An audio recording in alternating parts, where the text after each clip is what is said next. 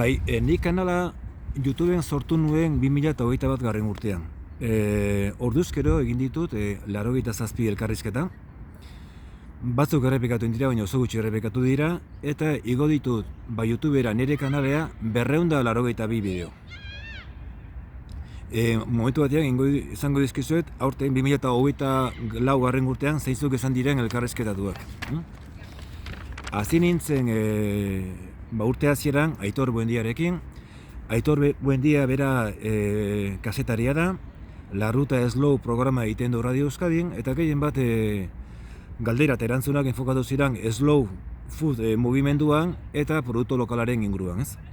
Gerora egin nion elkarrizketa Jose Antonio Gorbea. Gorbea baserritarra da, eta bere garaian ere UAG sindikatuko presidentea izandakoa da. Eta eskatu nion balorazio bat orduan ja hasiak zeuden lehen sektorea mobilizazioak, eta zein balorazio egiten zuen, ez? Guztiaren inguruan. Gerora egin nion elkarrizketa Inigo Bilbao. Inigo Bilbao da Enba Bizkaiko teknikaria. Eta oroar galdetu nion lehen sektoreaz, eta berak pertsonalki eta sindikatuak zeukaten ikuspuntuaz. Ondoren egin nion elkarrizketa Edurne Bazterra. Edurne Bazterra da egungo UAG sindikatuko presidentea. Orduan urte bete zeraman presidente karguan, eta balantze bat eskatu nion, eta oroar ere galdetu nion mobilizazioaren inguruan zeukaten iritzia, eta bai ere bai momentu haietan politika ofizialarekin zeukaten erlazioa. Ondoren egin nion Alberto Aldazorori. Alberto Aldazoro da Ene Gipuzkoako presidente izandakoa, presidente historiko izango nukenik, eta oroar galdetu nion berak nola ikusten zuen lehen sektorea momentuan, eta zein etorkizuna, nola plantatuko zuen etorkizuna.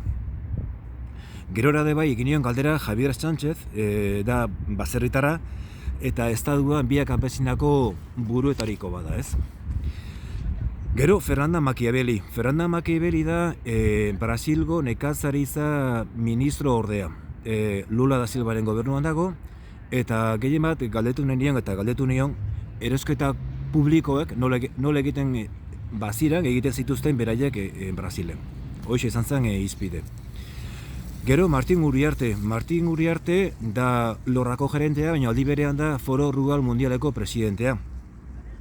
Eta oroar galdetu nion, kongresu eiak Gasteizen egin zen, ze balantzia egiten zuen, eta baita ere galdetu nion Marcela Villarrealek, kongresu bertan, Marcela Villarreal, FAOko zuzendaria zen orduan, eta berak esate zuen, eta argi eta oseki izan zuen gaur egungo sistema globala, elikagaien sistema globalak, gozea edo hambruna zaurtzen zuela munduan, ez? Eta horren inguruan ere galdetu nion. Gerora egin nion elkarrizketa Eduardo Urarte. Eduardo Urarte da albaitaria, eta nik esango nuke slow foodeko mugimenduko lider bat, ez? Euskal Autonomia Elkartean. Ondoren egin nion Jon Agirreri. Jon Agirre da albaitaria, eta esne ekoizlea baserritarra da. Eta aritu ginen, bere ikuspuntua jakin nuen, nola ikusten duen lehen sektorea, eta galdetzen nion ere bai hartu eman zuzena berbazegoen adibidez Gasteiz, Vitoria bezalako hiriburu batekin, eta Arabako ekoizleen artean, ez?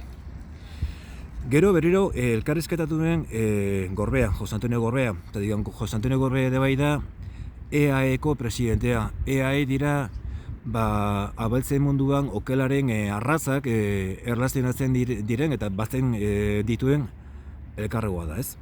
Eta galdetzen nion orduan udara zan, eta parada moduko bat zegoen, ez, politika gintzan, eta galdetu nion beraiek antzematen zuten parada hori ona zan edo txarra zan, edo berak nola ikusten zuen, ez?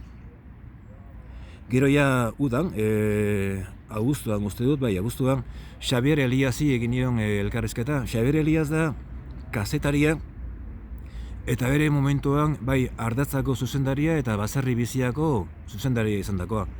Eta oroar galdetzen nion komunikabidea beak nola ikusten duen lehen sektorea eta komunikatzea, ez?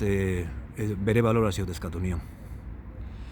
Ondoren egin nion elkarrizketa Ima Iriondo.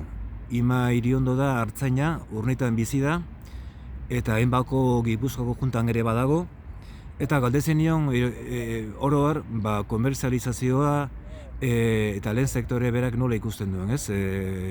Batez ere gaztagintzan, arkumegintzan, eta oro har eskatzen nien bere iritzia. Gero ondoren, egin nion elkarrizketa, ja urte amaieruntz, Eva López de Arroyabe. Eva López de Arroyabe da baserritara, baina baita ere da EH Bilduko bozeramailea gaur egun Arabako batzar nagusietan, ez? Eskatzen nion, azkeneko urtearen balorazio bat, politikoki begiratuta eta lehen sektoreri begiratuta, eta baita ere galdetu nion elikadura buru jabetzaren inguruan, ez? Bere ikuspuntua jakin nahi nuen. Ondoren, ja, egin nion elkarrizketa Jon Intxarbe. Jon Intxarbe da ingenieria da, eta abeltzaina ere bai. Eta oro har bere iritzia jakin nahi nuen, eta galdetu nion, galdera bat izan zen, mintzat, oro har bera politikan sartuta egongo balitz zen proposamen, edo paso emango zituen berak aurrera. Eta azkeneko elkarrizketa egin dudana, abenduan, izen da Mikel Bazterra. Eta Mikel Bazterra da artzaina, hemen Gujuli inguruan, Gasteizke inguruan dagoen herri txiki bateko artzaina da, eta gehien bat oro har galdetu nion zuzenean artzainek eta otxoak bazeukaten arazoa eta horretaz mintzatu nintzen. Hoxek izan dira, 2024 garrengo elkarrizketak, eta 2025 garren urtean pentsatzen dut jarrituko dugula. Ja mintzat, batzuk badozkat elkarrizketak egiteko, eta hori, ezkerrak eman, kanalaren erresumen txiki bat egin dizuet, aurtengoa behintzat, eta hortxe daukazue. Eskerrik asko guztioi.